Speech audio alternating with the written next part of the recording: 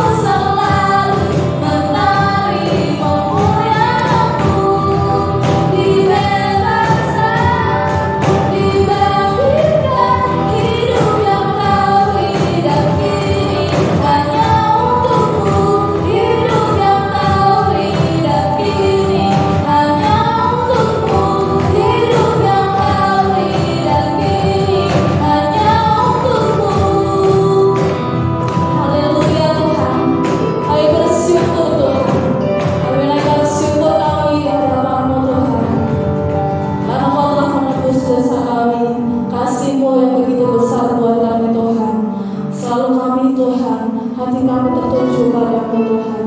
Sebab Engkau Allah kami yang setia, Allah yang selalu mencukupi setiap apa yang kami butuhkan Tuhan. Dan kami bersyukur Engkau tetap setia bersama kami Tuhan. Kami memuji-Mu Tuhan, kami mau menyembah-Mu Tuhan. Haleluya Yesus, kami mengatakan Engkau setia Tuhan. Terima kasih Bapa.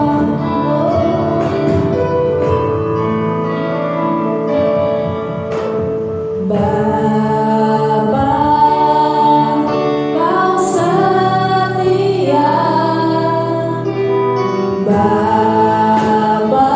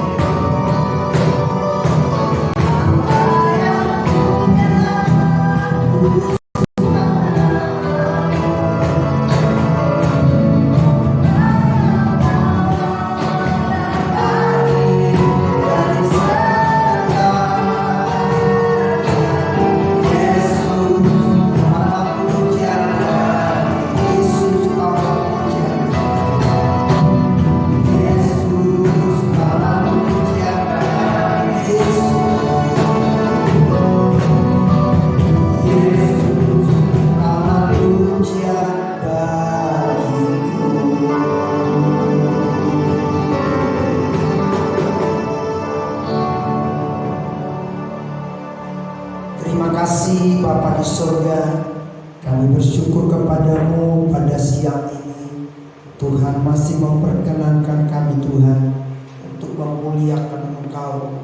Engkau masih memberikan kami kesempatan dalam perlindungan, dalam pemeliharaan Tuhan, dalam kasih Tuhan. Kami diizinkan Tuhan hidup. Terima kasih Tuhan.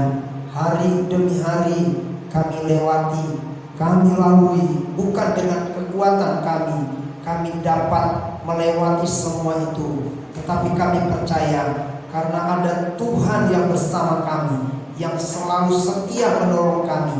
Itu sebabnya Tuhan kami ada sebagaimana ada hari ini. Itu bukti nyata bahwa Tuhan tetap mengasihi kami. Walaupun banyak persoalan, walaupun banyak kesulitan, walaupun banyak pergumulan, walaupun banyak beban-beban berat yang kami hadapi, tapi Tuhan tidak pernah meninggalkan kami. Tuhan selalu ambil bagian untuk selalu menolong hidup kami, sehingga segala sesuatunya kami rasakan indah karena Tuhan ada menolong hidup kami. Terima kasih Tuhan. Seberapa pujian yang sudah kami naikkan, kami percaya Tuhan dimuliakan. Kami siapkan juga hati kami pada kesempatan ini Tuhan, untuk mendengarkan apa yang menjadi isi hatimu, supaya kami boleh menyimak, memperhatikan, sehingga kami Tuhan benar-benar dapat melakukan apa yang Kau mau, sehingga perjalanan hidup kami dapat menyenangkan hati Tuhan.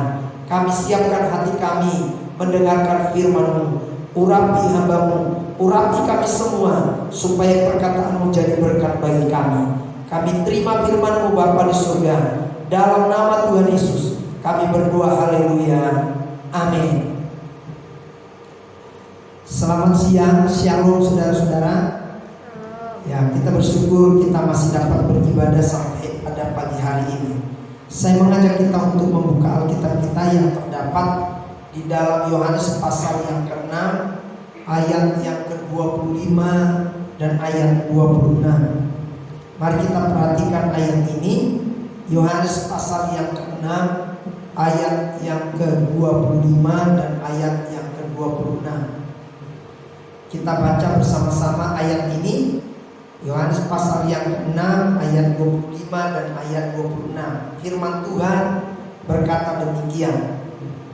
Ketika orang banyak menemukan Yesus di seberang laut itu, mereka berkata kepadanya, "Rabi, bila mana engkau tiba di sini?"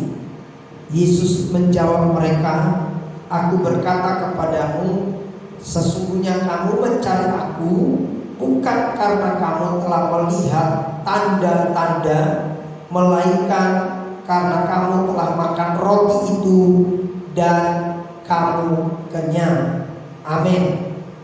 Nah, saudara-saudara, kalau kita melihat ayat ini dan pernyataan ini, maka ada satu pernyataan Tuhan yang kepada orang banyak yang datang berbondong-bondong mengikut Yesus waktu itu, bahwa yang datang ini tidak murni sesungguhnya mencari Tuhan, karena mereka membutuhkan Tuhan.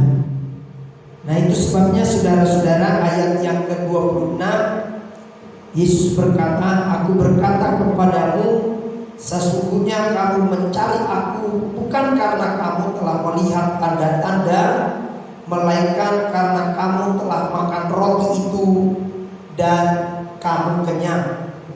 Nah, saudara-saudara, firman Tuhan pada pagi ini berjudul, "Mengapa kita ikut Tuhan?" Mengapa saudara ikut Tuhan? Ya.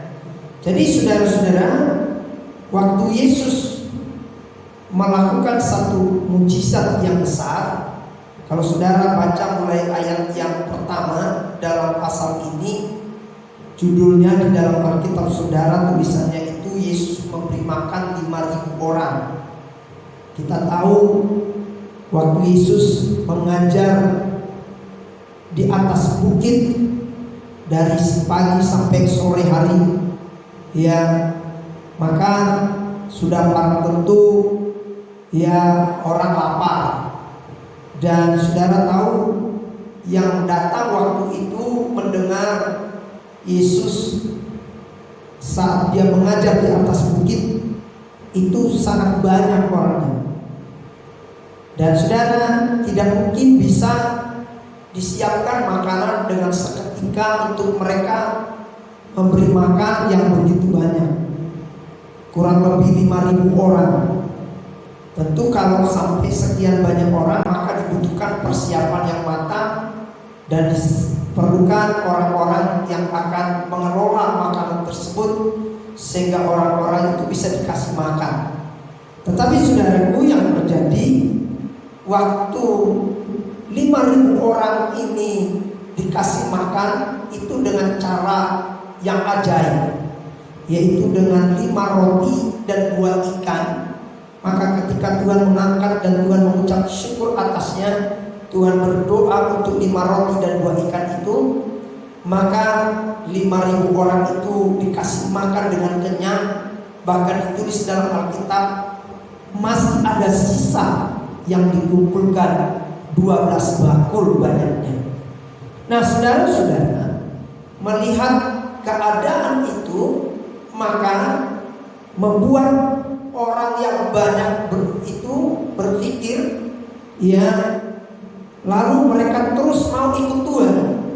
Supaya apa? Kalau mereka lapar, Tuhan kasih mereka makan. Atau kalau mereka membutuhkan sesuatu, Tuhan akan memberikan. Sehingga saudara-saudara, spontan saja, ya, orang mengikut Yesus itu makin hari makin banyak, makin berbondong-bondong, makin berjubel-jubel, dan tidak menutup, ya saudara-saudara, kemungkinan kemanapun Yesus pergi, orang banyak ini berjubel-jubel datang untuk mendekat dan mengikut Yesus. Sehingga satu kali Yesus harus menyeberang satu danau, ya, lalu tiba-tiba dia sudah ada di seberang sana tanpa sepengetahuan orang banyak tersebut. Dan orang banyak ini juga berusaha supaya kemana Yesus pergi, mereka juga ada di situ. Dan ternyata saudara-saudara, benar saja ketika Yesus sudah ada di seberang, orang banyak dengan segala usaha mereka, ya, mereka juga ikut menyeberang dengan perahu-perahu. Dan akhirnya mereka dengan orang yang begitu banyak, begitu besar jumlahnya, bisa sampai di seberang dan menemukan Yesus. Maka ayat 25 mengatakan, ketika orang banyak menemukan Yesus di seberang laut itu, mereka berkata kepadanya, "Rabi, bila mana engkau tiba di sini?" Jadi saudara-saudara, karena mereka tadi melihat Yesus bisa melakukan mujizat dari 5 roti 2 ikan, bisa dikasih makan begitu banyak orang sampai kenyang, dan juga akhirnya malah ada sisa 12 bakul. Oleh kejadian ini, maka membuat orang banyak itu tetap mau mengikut Yesus kemanapun Yesus pergi, dan jumlahnya terus bertambah. Namun saudara-saudara, di luar dugaan, orang banyak ini mendengar satu pertanyaan yang disampaikan oleh Yesus, karena Yesus tahu apa niatan dari orang banyak ini untuk ikut Yesus. Maka Tuhan Yesus berkata di dalam ayat 26, Yesus menjawab mereka, "Aku berkata kepadamu, sesungguhnya kamu mencari aku, bukan karena kamu telah melihat tanda-tanda, melainkan karena kamu telah makan roti itu dan kamu kenyang." Saudara-saudara, maka ini bisa menjadi pertanyaan buat kita semua. Untuk apa atau mengapa kita ikut Yesus? Apakah kita ikut Yesus supaya apa yang kita inginkan secara jasmani itu semua bisa terpenuhi. Dengan kata lain, di saat-saat seperti ini, dalam kondisi seperti ini adalah kondisi yang sulit. Lalu kita berdoa, kita minta sama Tuhan supaya kesulitan kita dihindarkan, supaya kesulitan kita bisa teratasi, supaya kesulitan kita bisa berlalu, lalu supaya apa yang menjadi kebutuhan kita terpenuhi. Lalu karena itukah kita mengikuti Yesus? Pertanyaan ini mungkin saja Yesus bisa katakan kepada kita, apakah karena engkau sudah kenyang maka engkau mengikut aku? Saudara-saudara, pernah kita mungkin mendengar ada namanya teologi kemakmuran. Teologi kemakmuran selalu mengajarkan kalau ikut Yesus pasti diberkati. Lalu dikatakan kepada jemaat, saudara amin kan? Lalu semua mengatakan amin. Apakah kalau kita ikut Tuhan maka kita diberkati? Amin. Maka semua menyaut dengan serentak, dengan suara yang lantang, amin. Jadi saudara-saudara, selalu dikaitkan kalau ikut Yesus maka pasti diberkati. Kalau ikut Yesus maka akan kita hidup dalam damai. Kalau kita ikut Yesus maka tidak ada kesulitan. Maka kalau ikut Yesus semuanya beres. Dan seringkali saudara-saudara yang lebih mengerikan dan dikatakan kemiskinan itu adalah sesuatu yang tidak mengikut Yesus. Saudara-saudara, maka pertanyaan Yesus spontan itu membuat orang banyak itu menjadi terhenyak. Karena apa? Karena orang banyak datang mengikut Yesus, bahkan berbondong-bondong, begitu ramai, begitu banyak. Tentu motivasi mereka, kalau mereka ikut Yesus maka mereka pasti kenyang. Saudara-saudara, itu sebabnya pada pagi hari ini pertanyaan yang harus kita lontarkan pada diri kita masing-masing, apa alasan kita ikut Tuhan Yesus? Apa alasan saudara ikut Yesus? Apakah supaya doa saudara dijawab? Apakah supaya permohonan kita dituruti Tuhan? Apakah supaya kebutuhan kita dipenuhi oleh Tuhan? Apakah supaya kesulitan kita dihindarkan oleh Tuhan? Apakah supaya kita tetap sehat? Apakah supaya kita tetap bisa menikmati hidup ini dengan enak? Hal ini perlu kita pertanyakan kembali dalam diri kita. Sebab Tuhan tahu diri kita, Tuhan tahu isi hati kita, Tuhan tahu pikiran kita. Maka Yesus berkata, saudara-saudara, aku berkata kepadamu, sesungguhnya kamu mencari aku, bukan karena kamu telah melihat tanda-tanda, melainkan karena kamu telah makan roti itu dan kamu kenyang. Saudara-saudara, maka yang pertama tentu seharusnya apa alasan kita ikut Yesus? Yang pertama, saudara-saudara, mari kita lihat penjelasan Tuhan Yesus di sini, yaitu mengapa kita mengikut Yesus. Tentu yang pertama, kalau saya melihat dari penjelasan Tuhan di dalam perikop yang panjang ini, di dalam pasal yang ke-6 ini, maka kita ikut Yesus supaya kita diselamatkan oleh Tuhan. Mari kita lihat di dalam ayat yang ke-39 dan ayat yang ke-40. Firman Tuhan berkata begini. Yohanes pasal yang ke-6 ayat 39 dan ayat 40. Dan inilah kehendak Dia yang telah mengutus aku, yaitu supaya dari semua yang telah dikaruniakannya kepadaku jangan ada yang hilang, tetapi supaya kubangkitkan pada akhir zaman. Ayat 40 berkata begini, sebab inilah kehendak Bapakku, yaitu supaya setiap orang yang melihat Anak dan yang percaya kepadanya beroleh hidup yang kekal, dan supaya aku membangkitkannya pada akhir zaman. Saudara-saudara, nanti saudara boleh baca perikop ini di rumah, ya. Saya rindu saudara baca perikop ini. Kalau bila perlu saudara baca mulai ayat 1 sampai dengan ayat yang ke-31 sepanjang pasal ini.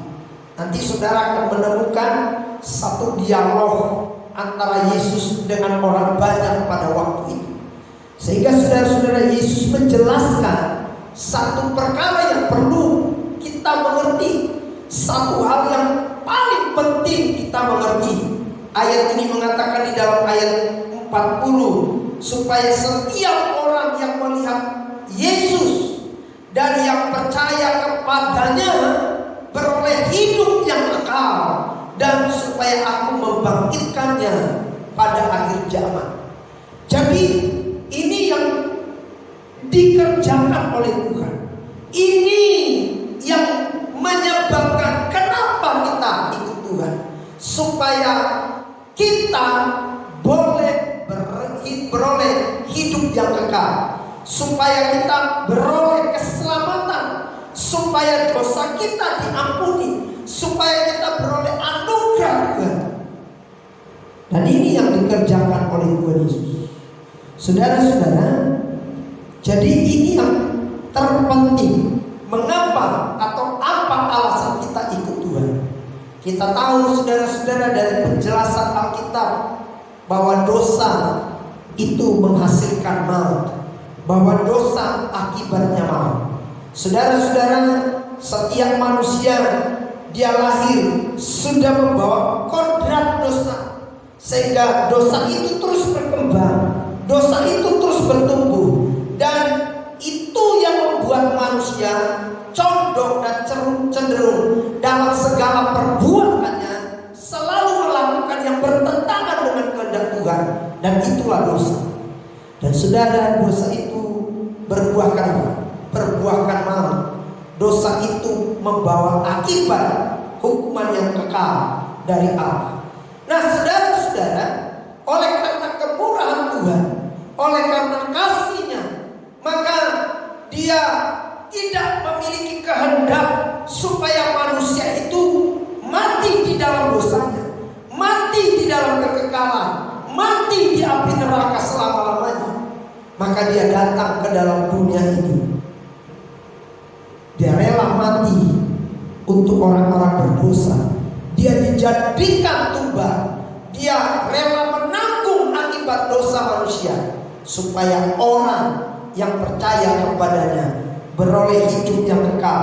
Dan pada akhir zaman, Alkitab berkata, Yesus berkata, maka orang yang percaya, orang yang terima Yesus, orang yang ikut Yesus, orang yang mencari Tuhan, orang itu akan dibangkitkan dan mendapat hidup yang kekal.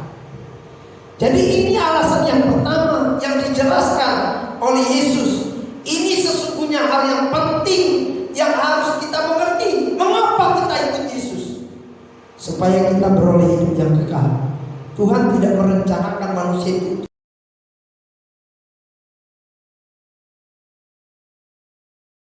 tapi dunia ini hanya sementara. Kalau kita diizinkan hidup di dunia ini sementara. Kita hanya numpang. Ditulis dalam kitab kita hanya seperti seorang perantau. Satu kali kelak semua orang akan mempertanggungjawabkan hidupnya kepada Tuhan. Haleluya. Nah, oleh sebab itu, kenapa atau apa alasan kita untuk ikut Yesus? Supaya kita beroleh hidup yang kekal. Yang kedua, saudara-saudara, apa alasannya kita ikut Yesus? Di dalam ayat yang ke-26 ini saya ulang baca, saudara perhatikan. Yesus menjawab mereka, aku berkata kepadamu, sesungguhnya kamu mencari aku bukan karena kamu telah melihat tanda-tanda, melainkan karena kamu telah makan roti itu dan kamu kenyang. Jadi Tuhan mau kita ikut Yesus bukan karena kita makan roti lalu kita kenyang. Tetapi apa kata Tuhan? Seharusnya kita ikut Yesus karena kita melihat tanda-tanda yang Dia kerjakan. Coba kita bandingkan dalam ayat yang kedua, Yohanes pasal yang ke-6 ini, firman Tuhan berkata begini. Ya, Yohanes pasal yang ke-6 ayat yang kedua. Orang banyak berbondong-bondong mengikut Dia karena mereka melihat mujizat-mujizat penyembuhan yang diadakannya terhadap orang-orang sakit. Saudara-saudara, jadi ketika Tuhan melakukan karyanya, ketika Dia melakukan pekerjaannya, maka yang Dia lakukan adalah satu perbuatan yang adikodrati. Itulah namanya mujizat. Dan saudara-saudara, apa yang dilakukan oleh Yesus sesuatu yang tidak bisa dilakukan oleh manusia. Tetapi apa yang dilakukan Yesus itu adalah perbuatan Allah. Sehingga saudara-saudara, Tuhan ingin menunjukkan bahwa Yesus itu adalah Tuhan, sebab apa yang diperbuatnya itu adalah perbuatan Allah, perbuatan Tuhan. Dan itu yang perlu kita perhatikan. Itu sebabnya alasan kita ikut Tuhan adalah karena pekerjaannya, karena karya yang Dia buat. Haleluya. Tentu saudara juga kalau mau mengikut orang, pasti saudara melihat apa yang dihasilkan orang itu, apa yang diperbuat orang itu. Baru saudara percaya kepada orang yang bukan. Gak mungkin dong kita ikut orang yang gak ada apa-apa yang dia buat, gak ada sesuatu yang dihasilkan, gak ada bukti yang bisa kita lihat nyatanya. Gak mungkin dong kita mengikut orang itu. Nah, itu sebabnya Yesus ketika datang ke dalam dunia ini, Dia menunjukkan satu karya. Karya apa? Karya yang adikodrati. Perbuatan Allah Dia tunjukkan, perbuatan Allah Dia buktikan, perbuatan Allah Dia kerjakan. Nah, saudara-saudara, itu yang harusnya menjadi perhatian kita. Itu yang harusnya menjadi tolak ukur bagi kita. Mengapa kita ikut Yesus? Saudara-saudara, jangan sampai kita ikut seseorang atau mengikut yang lain tanpa ada bukti hasil yang dia kerjakan. Itu namanya sama dengan omong doang. Tetapi Yesus, kita mengikut Dia karena Dia membuktikan siapa dirinya. Makanya Yesus berkata, Aku berkata kepadamu, sesungguhnya kamu mencari Aku bukan karena kamu telah melihat tanda-tanda, melainkan karena kamu telah makan roti itu dan kamu kenyang. Saudara-saudara, kalau hanya makan roti kita kenyang, itu adalah hal-hal yang sementara, sifatnya sementara. Saudara kalau makan pagi, siang sudah lapar. Saudara siang makan, nanti sore udah lapar lagi. Saudara makan malam, pagi-pagi lagi udah lapar lagi. Jadi semua itu sifatnya sementara. Tetapi apa yang dikerjakan oleh Allah itu bukan hanya yang bersifat sementara, tetapi yang menuntut kita untuk melihat dan menemukan pekerjaan Allah, membawa kita kepada kekekalan. Nah, ini yang penting supaya kita yakinkan bahwa kita ikut Tuhan adalah karena Dia adalah Allah. Apa yang dikerjakan adalah satu pekerjaan yang tidak mungkin bisa dikerjakan oleh manusia. Saudara-saudara, nah ini yang ditekankan oleh Tuhan. Mengapa saudara ikut saya? Mengapa saudara mencari saya? Itu kata Tuhan. Yang ketiga, apa alasan kita ikut Tuhan? Mari kita perhatikan ayat 51 sampai 56. Yohanes pasal 6 ayat 51 sampai 56. Perhatikan ayat ini. Yesus yang di dalam hatinya tahu bahwa murid-muridnya bersungguh-sungguh tentang hal itu, berkata kepada mereka, adakah perkataan itu menggoncangkan imanmu? Dan bagaimanakah jika kamu melihat Anak Manusia naik ke tempat di mana ia sebelumnya berada? Rohlah yang memberi hidup, daging sama sekali tidak berguna. Perkataan-perkataan yang kukatakan kepadamu adalah roh dan hidup. Tetapi di antaramu ada yang tidak percaya, sebab Yesus tahu dari semula siapa yang tidak percaya dan siapa yang akan menyerahkan dia. Lalu ia berkata, sebab itu telah kukatakan kepadamu, tidak ada seorang pun dapat datang kepadamu kalau Bapa tidak mengaruniakannya kepadanya. Mulai dari waktu itu banyak murid-muridnya mengundurkan diri dan tidak lagi mengikut dia. Saudara-saudara, yang ketiga, karena dia rela memberikan dirinya menggenapi apa yang dia katakan. Saudara-saudara, kalau kita memperhatikan ayat-ayat sebelumnya, ya, kalau saudara memperhatikan di dalam ayat yang ke-54 atau mulai ayat yang ke-52, ya, coba saya baca mulai ayat yang ke-51 mulai. Akulah roti hidup yang telah turun dari surga.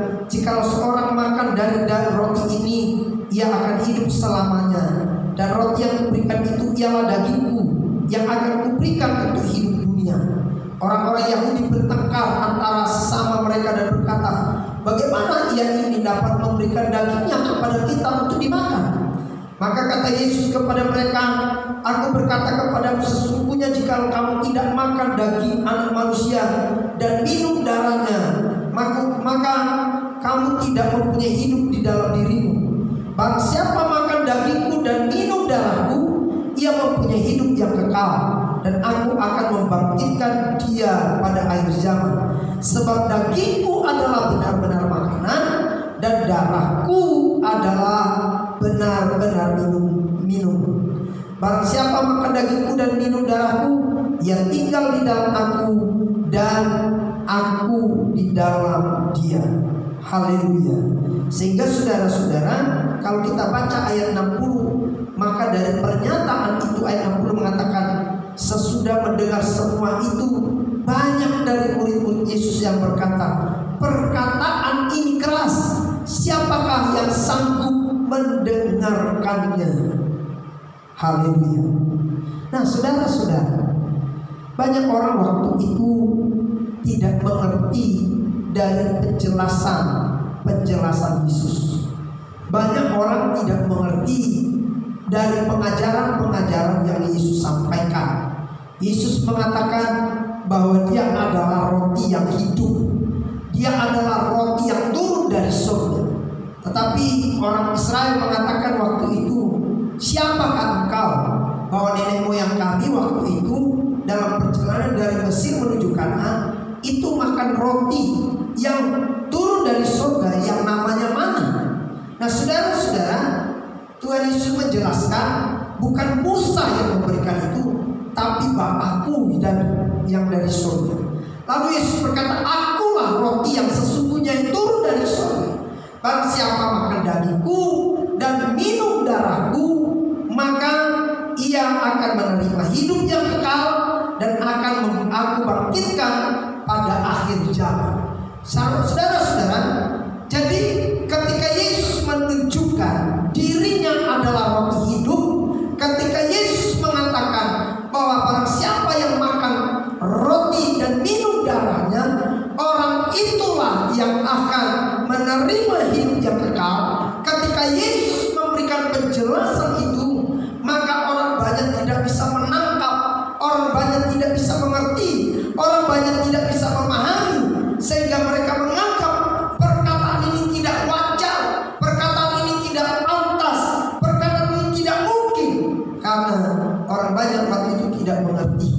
Saudara-saudara, sehingga banyak orang mulai meninggalkan Yesus, sebab mereka hanya dapat berpikir bahwa roti, ya saudara-saudara, yang bisa dimakan adalah roti yang biasa yang dijual di pasar, ya, yang dibuat dalam adonan.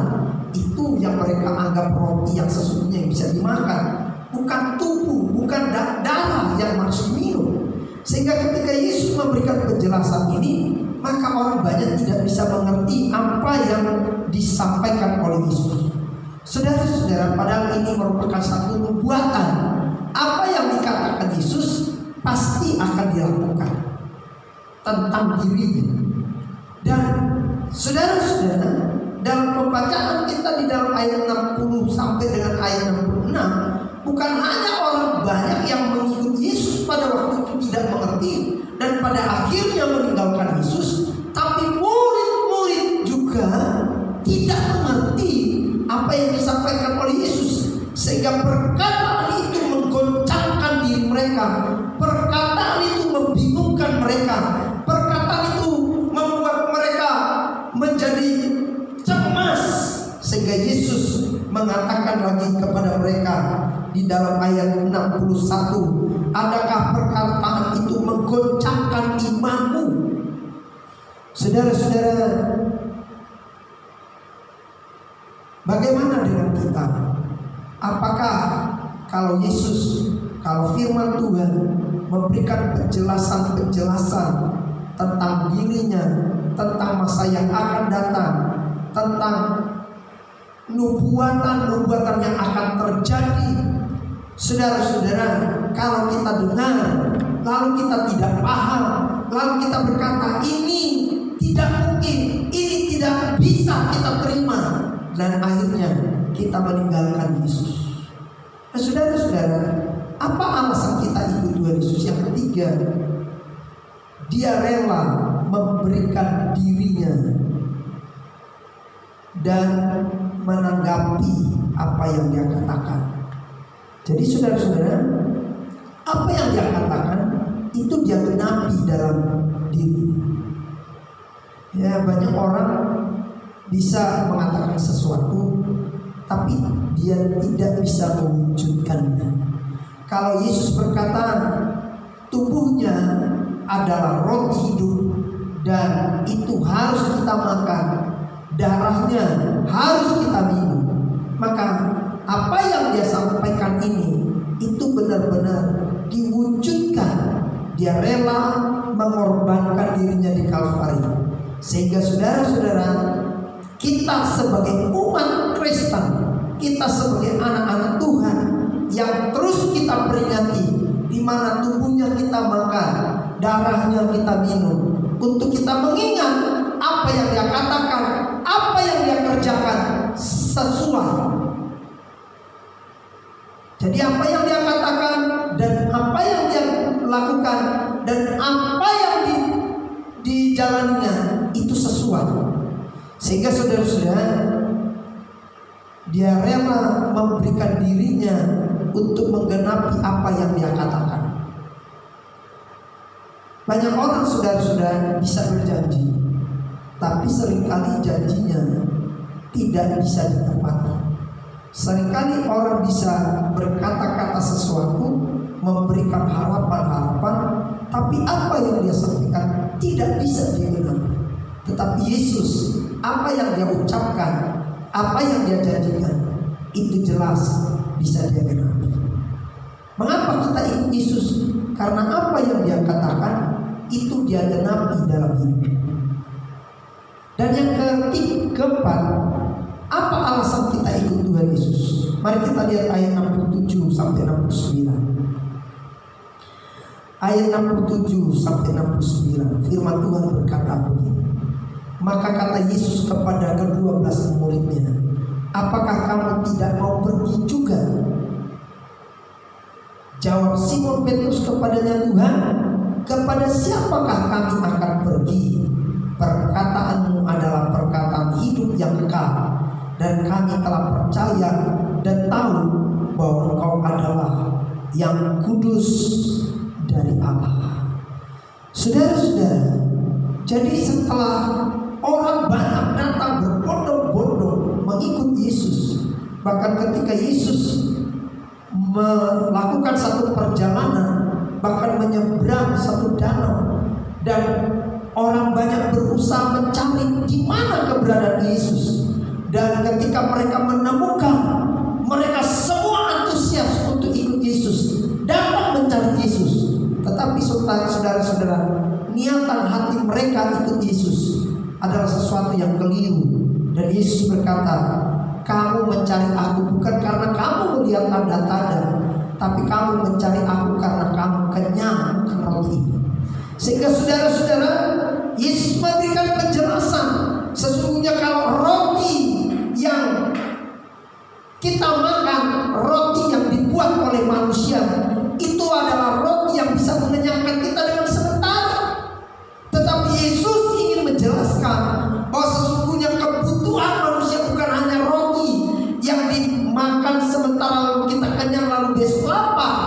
Tetapi yang sesungguhnya yang perlu kita cari bukan itu, tetapi yang harus dicari adalah Yesus sebagai roti yang turun dari surga. Saudara-saudara, itu sebabnya Yesus berkata, barang siapa makan dagingku dan minum darahku, ia akan beroleh hidup yang kekal dan akan kubangkitkan pada akhir zaman. Penjelasan ini tidak bisa diterima oleh akal mereka.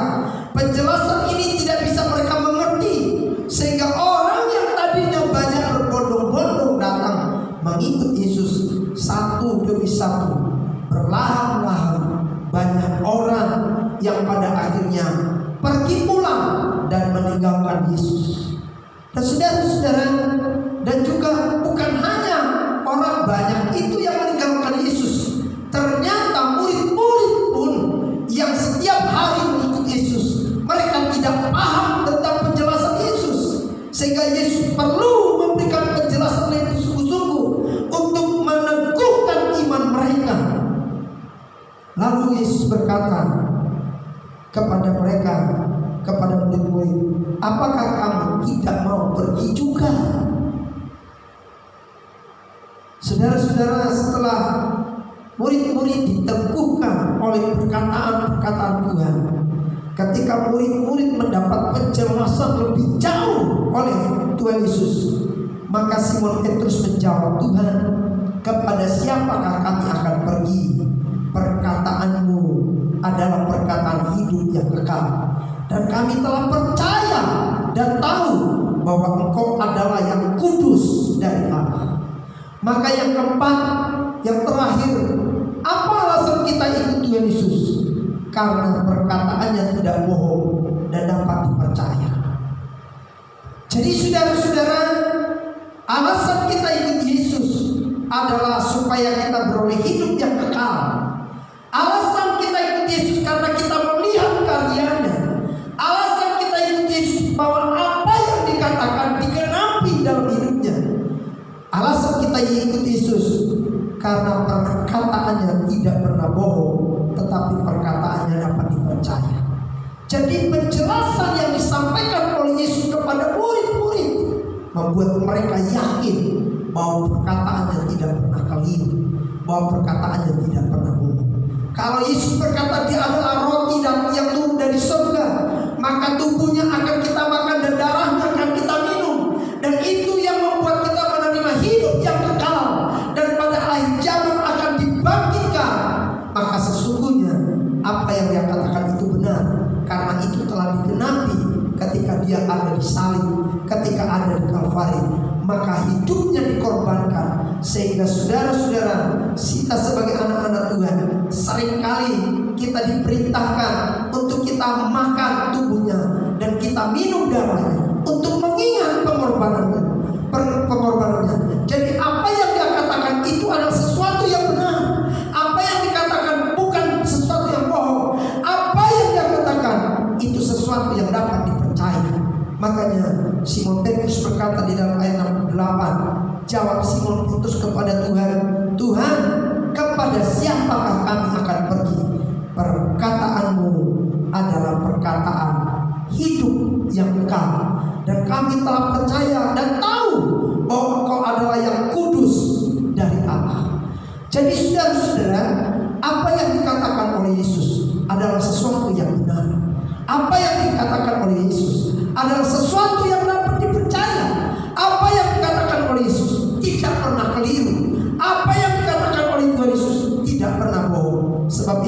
apa yang dia katakan patut kita terima, patut kita percaya, patut kita lakukan. Mengapa kita ikut Yesus? Karena dia mengatakan sesuatu yang benar. Saudara-saudara, itu sebabnya kita ikut Yesus, bukan karena berkat jasmani. Ada banyak orang punya motivasi, ya saudara-saudara, kalau ikut Yesus supaya kehidupan jasmaninya berubah. Yang miskin bisa jadi kaya, yang susah bisa jadi senang. Saudara-saudara, alasan kita ikut Yesus bukan karena fasilitas. Ada orang berkata, saya mau ikut Tuhan supaya aku bisa punya rumah. Aku mau ikut Tuhan supaya aku bisa punya mobil. Aku mau ikut Tuhan supaya keadaanku berubah. Saudara-saudara, bukan itu alasannya kita ikut Tuhan, karena itu sifatnya sementara. Ada orang mau ikut Tuhan supaya dia sehat. Saudara-saudara, kehidupan manusia ada kadang sehat, ada kadang sakit. Bahkan bukan hanya sakit, bisa mengalami kematian. Kalau hanya itu alasan kita ikut Tuhan, maka sehat itu hanya keadaan sementara, sakit keadaan yang sementara. Bahkan kita akan mengalami satu kali kelak kematian. Bukan itu alasannya, saudara. Dan kita ikut Yesus bukan karena supaya kita merasa aman, supaya kita merasa tenang, bisa merasa damai. Saudara-saudara, keadaan bisa berubah, bisa keadaan aman, tapi bisa keadaan tidak aman. Saudara-saudara, banyak kita melihat, banyak kita mendengar berita, banyak kita menonton satu kisah nyata. Saudara-saudara, seperti saudara-saudara kita di Timur Tengah, banyak orang-orang Kristen dianiaya. Mereka merasa tidak aman, mereka dikejar-kejar, hidup mereka terancam, tapi mereka tetap mencari Tuhan. Mereka tetap ikut Tuhan karena mereka tahu bukan karena aman, bukan karena situasi mereka ikut Tuhan, karena mereka membutuhkan Yesus yang memberikan mereka keselamatan hidup yang kekal. Saudara-saudara, kita ikut Tuhan Yesus bukan karena supaya hati kita damai. Sudah pasti kalau ada Yesus dalam hidup kita damai. Tapi kadang-kadang saudara-saudara, ada situasi yang membuat kita tidak merasa damai karena situasi dan kondisi. Tetapi pertanyaannya, apakah kita tetap ikut Yesus? Saudara-saudara, kalau kita ikut Yesus supaya kita beroleh hidup yang kekal, kalau kita ikut Yesus karena kita tahu perbuatannya adalah perbuatan Tuhan, bukan perbuatan manusia. Kalau kita ikut Tuhan, ya saudara-saudara, kita melihat apa yang dia katakan digenapi dalam hidupnya. Kalau kita ikut Yesus karena perkataannya dapat dipercaya, karena perkataannya benar, karena perkataannya tidak bohong, maka saya percaya, saudara-saudara, kalau itu yang kita jadikan jadi patokan dalam hidup kita, maka apapun keadaannya, apapun situasinya, mungkin situasi kita sekarang saat ini dalam keadaan sulit, mungkin kita berkata, aku belum pernah mengalami situasi yang seperti ini. Tapi ingat, kalau engkau tetap ada di dalam Tuhan, ikutlah Dia dalam segala keadaan. Haleluya. Mari kita ikut Tuhan dalam keadaan apapun. Dalam Wahyu pasal 2 ayat 10b mengatakan, haleluya. Kitab Wahyu pasal 2 ayat 10 bagian B, firman Tuhan berkata seperti ini. Mari kita lihat ayat ini. Kitab Wahyu pasal yang kedua ayat yang B bagian yang terakhir kata hendaklah engkau setia sampai mati, dan aku akan mengaruniakan kepadamu mahkota kehidupan. Saudara-saudara, ditulis dalam ayat ini, hendaklah engkau setia sampai mati. Ya, saudara-saudara, kalau kita baca mulai ayat ini dari awal, jangan takut terhadap apapun yang harus engkau derita. Sesungguhnya iblis akan melemparkan beberapa orang dari antaramu ke dalam penjara supaya kamu dicobai, dan kamu akan beroleh kesusahan selama 10 hari. Hendaklah engkau setia sampai mati, dan aku akan mengaruniakan kepadamu mahkota kehidupan. Ini adalah ayat firman Tuhan yang disampaikan dan dinubuatkan kepada jemaat di Smyrna. Jemaat-jemaat ketujuh jemaat yang ada dalam kitab Wahyu ini adalah menggambarkan keadaan jemaat-jemaat di akhir zaman. Saudara-saudara, keadaan-keadaan jemaat di akhir zaman bisa saja mengalami ada pergumulan, ada penderitaan, ada kesulitan. Bisa saja terjadi oleh karena pekerjaan iblis yang mencobai jemaat Tuhan. Tetapi Tuhan berkata, memberikan pernyataan di dalam ayat ini, hendaklah engkau setia sampai mati, dan aku akan mengaruniakan kepadamu mahkota kehidupan. Jadi saudara-saudara, kalau kita ikut Tuhan karena ada alasan yang benar, maka tidak ada alasan bagi kita untuk meninggalkan Tuhan. Tidak ada alasan buat kita untuk mundur dari Tuhan. Tidak ada alasan buat kita untuk berleha-leha ikut Tuhan. Tetapi yang benar adalah tetap ikut Tuhan apapun keadaannya. Mungkin saudara-saudara, kita mengakui keadaan ini adalah keadaan-keadaan yang sulit. Dan keadaan yang sulit ini bukan hanya kita saja yang merasakan, semua orang merasakannya. Bahkan seluruh dunia dampak COVID Corona yang Corona 19 ini sangat membuat sedih-sedih perekonomian, situasi sulit. Saudara-saudara, bukan kita saja yang mengalami, seluruh dunia. Namun sebagai anak Tuhan, jangan kita jadikan ini menjadi alasan untuk kita menjadi mundur dari Tuhan, untuk kita tidak lagi mencari Tuhan, untuk kita tidak lagi tekun kepada Tuhan, untuk kita tidak lagi menyembah Dia, untuk kita tidak lagi mempercayai Dia. Firman-Nya sudah kita lihat, sudah kita dengar. Penjelasan Yesus berkata, jangan kita cari Tuhan oleh hanya karena sementara, karena roti yang sementara, oleh karena keadaan yang sementara, karena hidup yang sementara. Tapi yang benar, carilah Tuhan supaya kita beroleh hidup yang kekal. Dan kalau Dia datang, kita dibangkitkan pada akhir zaman. Oleh sebab itu, apapun keadaan kita mau hendaknya maju terus, kita tetap setia, kita ikut Tuhan.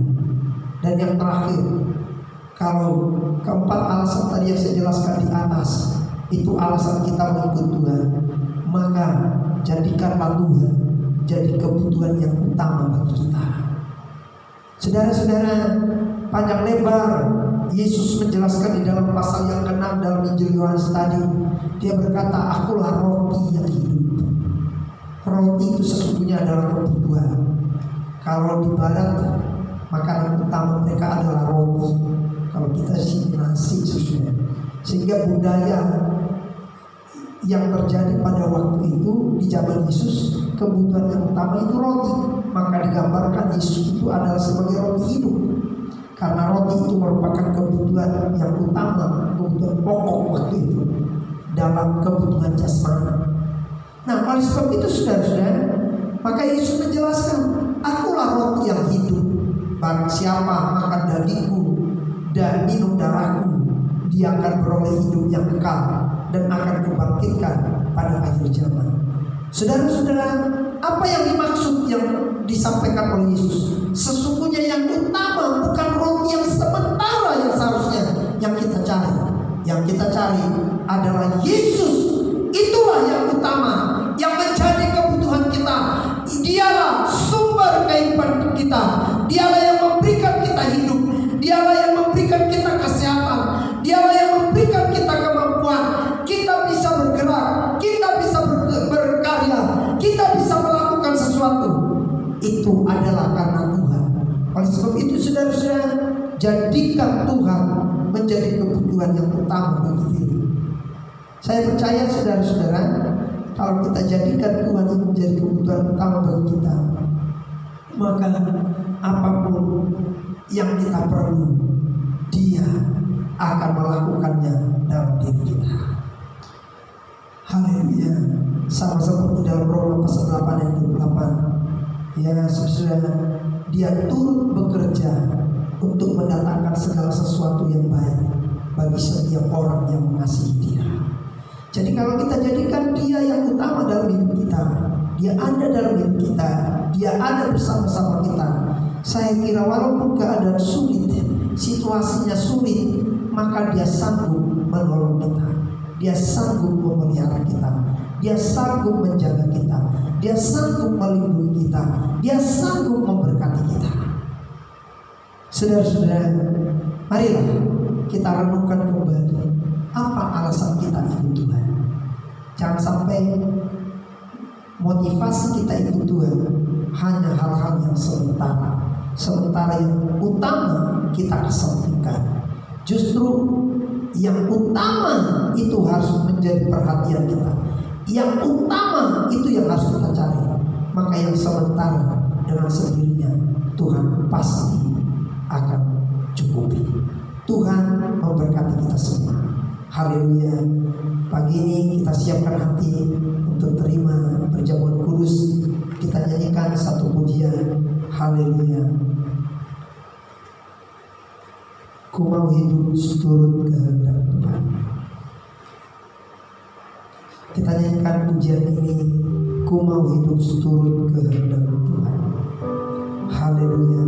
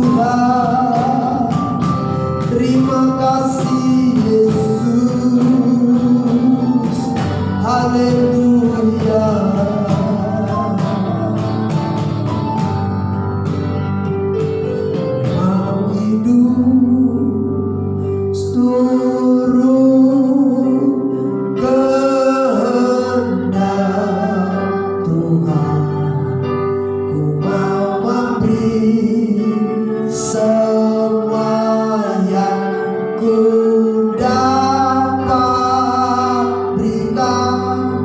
Ku mau cinta Dia lebih dari semua. Ku mau belajar membalas kasih-Nya.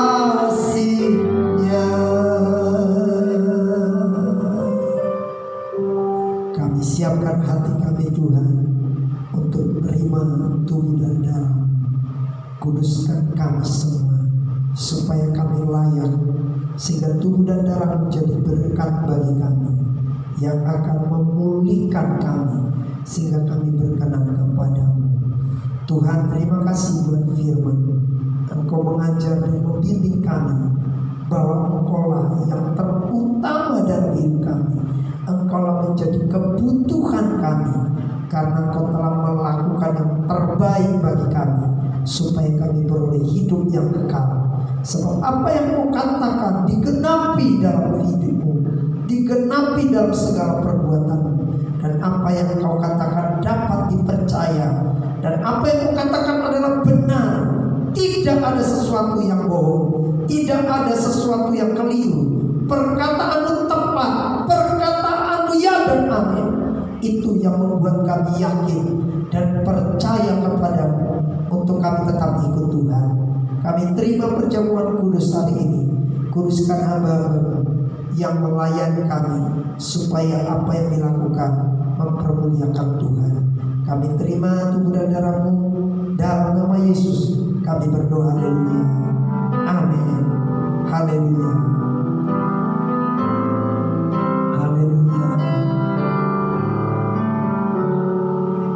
Ku mau hidup seturut kehendak Tuhan.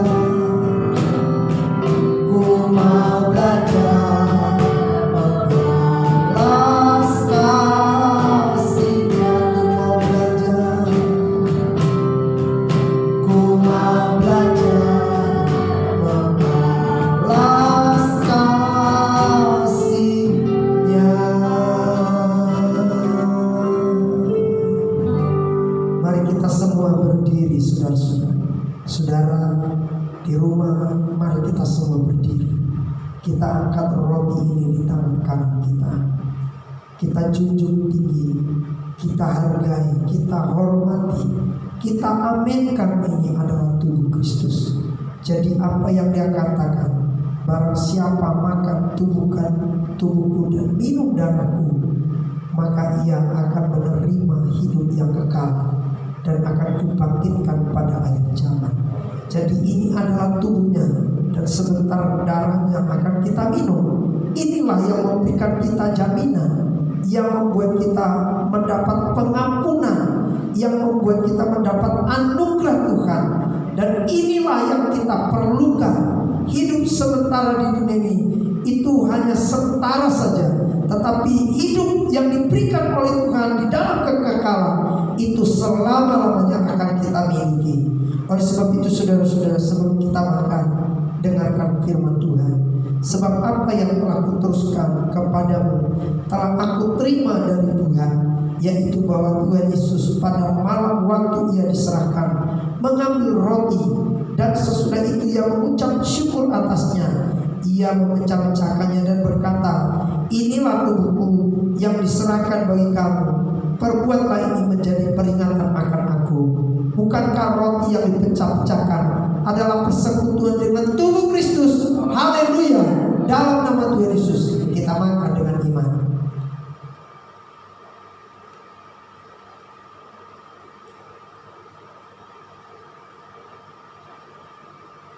Terima kasih Tuhan. Mari kita angkat cawan ini. Kita angkat lebih tinggi di atas kepala kita.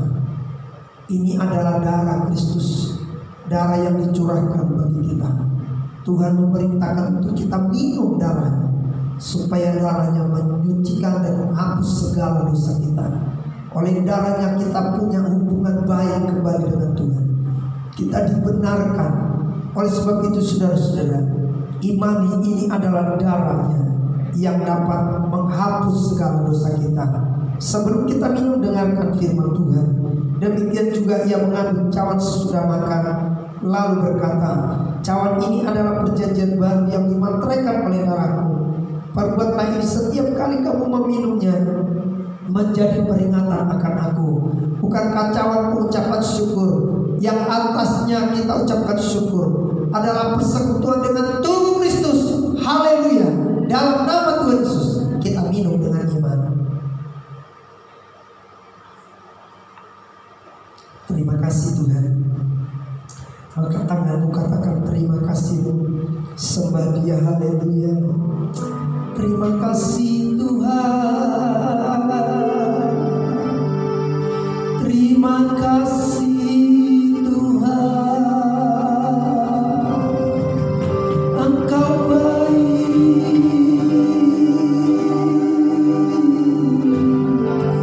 Kau rela mati bagi kami. Kau rela menanggung segala dosa kami kepadamu.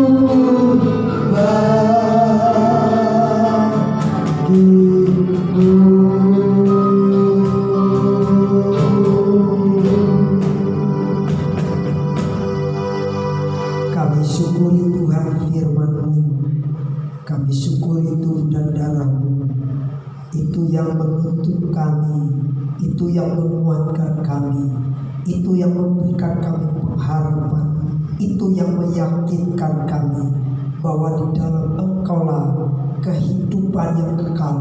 Kami terima bahwa itu sudah Engkau kerjakan, itu Engkau sudah karuniakan bagi kami.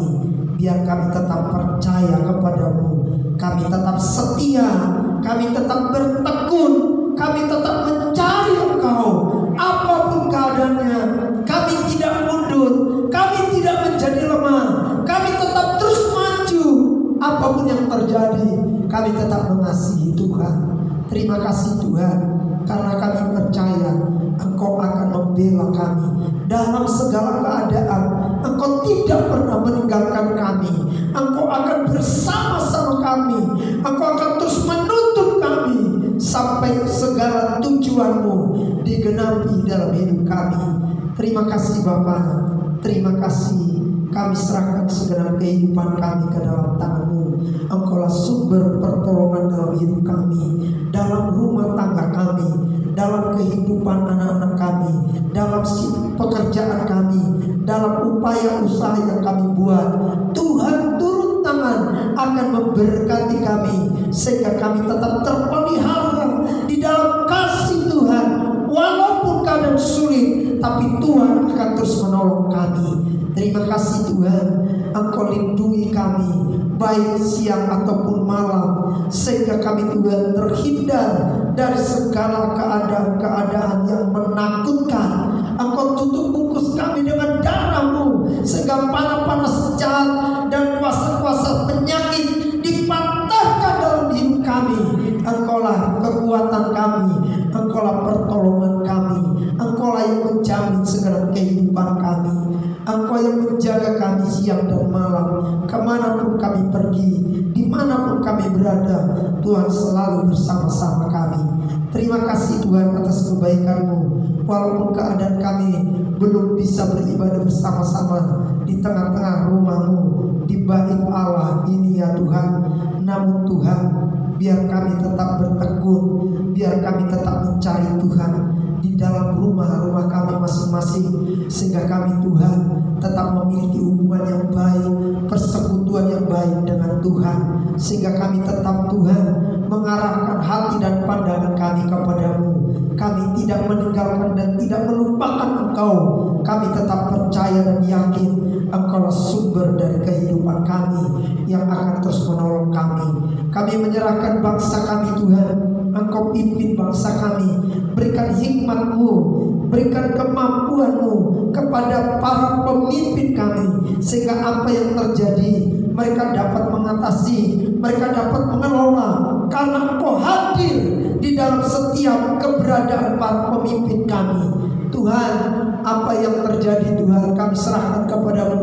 Kami percaya kalau ini terjadi, kalau kami mengalami keadaan yang seperti ini, Engkau izinkan, maka di balik semua itu ada rencana Tuhan, supaya bangsa kami sadar dan mau mencari Engkau, dan mau mempedulikan Tuhan, dan mau menyembah Engkau, sehingga bangsa kami Tuhan membuka hati akan Tuhan Yesus, sehingga bangsa kami boleh mendapat lawatan Tuhan, mendapatkan pertolongan Tuhan, mendapatkan karya daripada Tuhan, sehingga bangsa kami diselamatkan.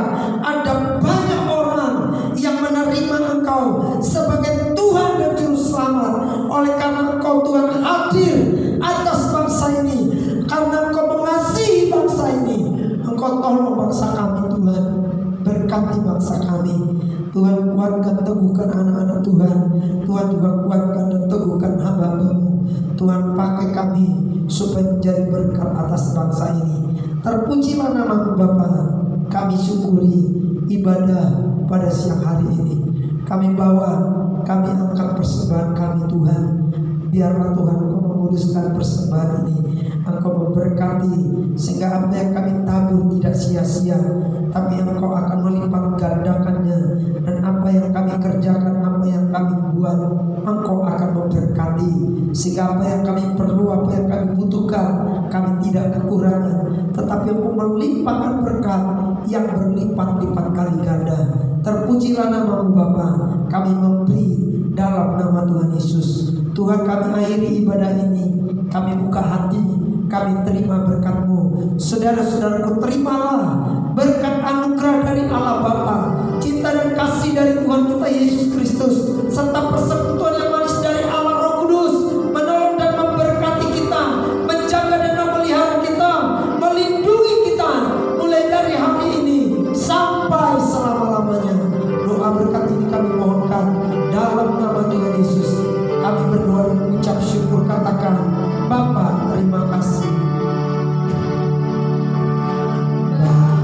Bapa, terima kasih. Bapa, terima kasih.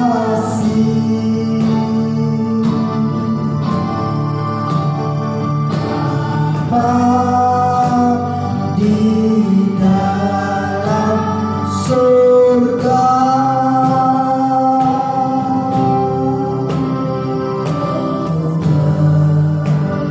terima kasih. Amin.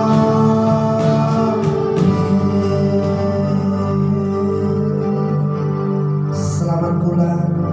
Tuhan memberkati kita semua. Amin.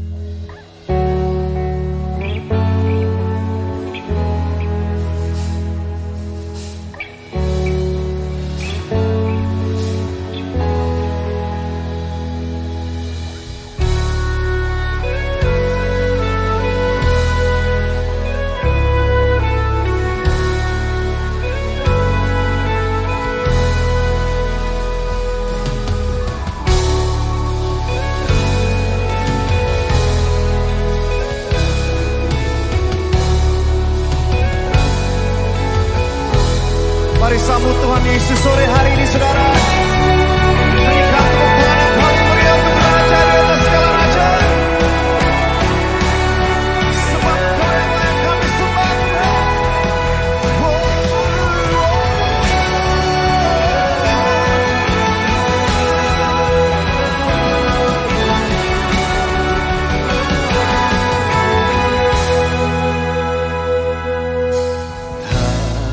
Terukur kasih-Mu Yesus, Kau telah mati gantikan diriku. Kau curahkan darah-Mu untuk tebus dosaku.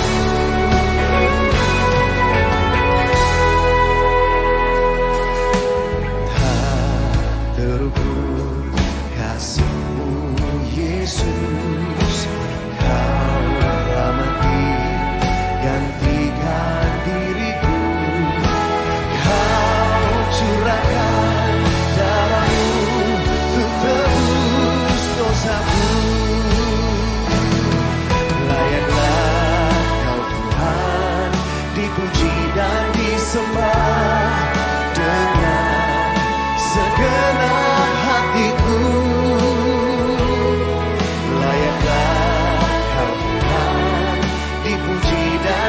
Sembah dengan segenap jiwa ragu.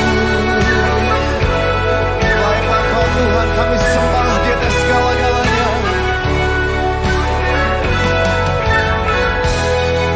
Tak terukur Yesus,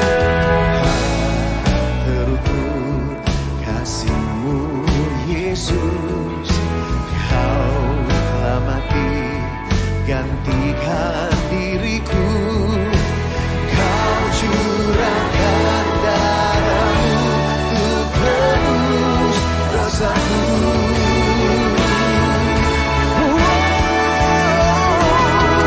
Layaklah Kau Tuhan dipuji dan